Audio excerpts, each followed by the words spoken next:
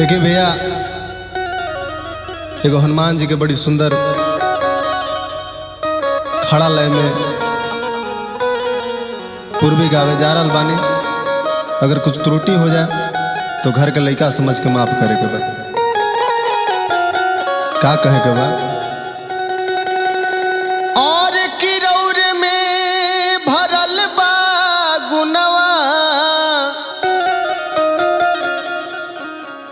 और किरौर में भरल बा गुनवा, रौर में भरल बा। और किरौर में और की भरल बा गुनवा, रौर में भरल बा गुनवा, रौर में भरल बा। तय हनुमान जी सब गुनवा रौर में भरल बा।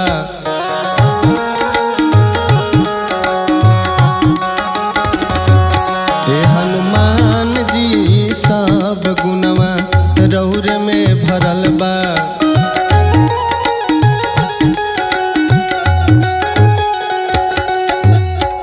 रौर में भरल बा गुनवा, रौर में भरल बा गुनवा, रौर में भरल बा गुनवा, रौर में भरल बा।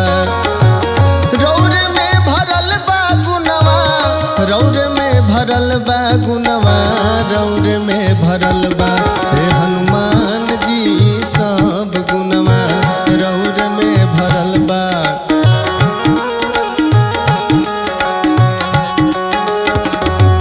हे हनुमान जी सब गुनवा रौर में भरल बा।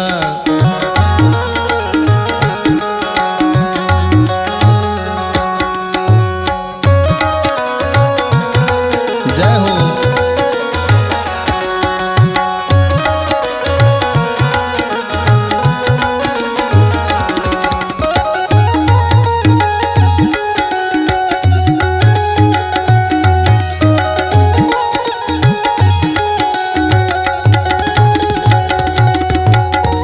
और का लंकवा में जाई बाबा लंकिनी के मरानी।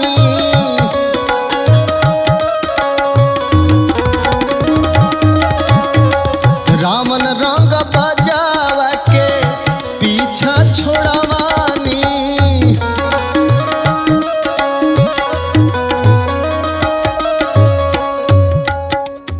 लंकवा में जाई बाबा लंकिनी के मरानी। रावण रंग बजावा के पीछा छोड़वानी। वीर बलवनवा यही से, वीर बलवनवा यही से, कहेला जहनवा गुनवा रौर में भरल बा। वीर बलवनवा यही से, कहेला जहनवा गुनवा रौर में भरल बा।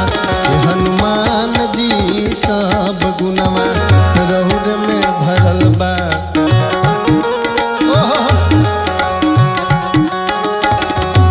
हे हनुमान जी सब गुनवा रौर में भरल बा।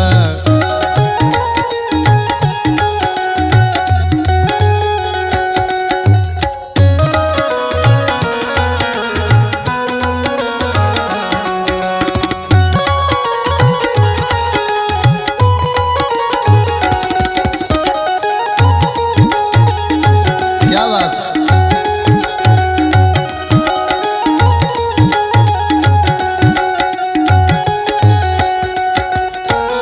लखन की लाल के हो लगल बान सकती।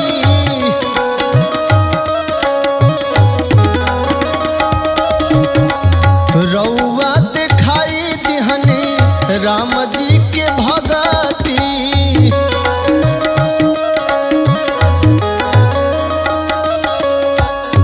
आनंद ठाकुर गावे, आनंद ठाकुर गावे, राउर बखनवा गुनवा रौर में भरल बा।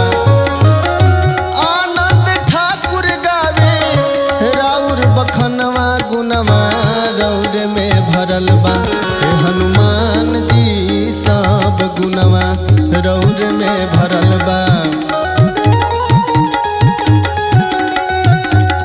हे हनुमान जी सब गुनवा रौर में भरल बा।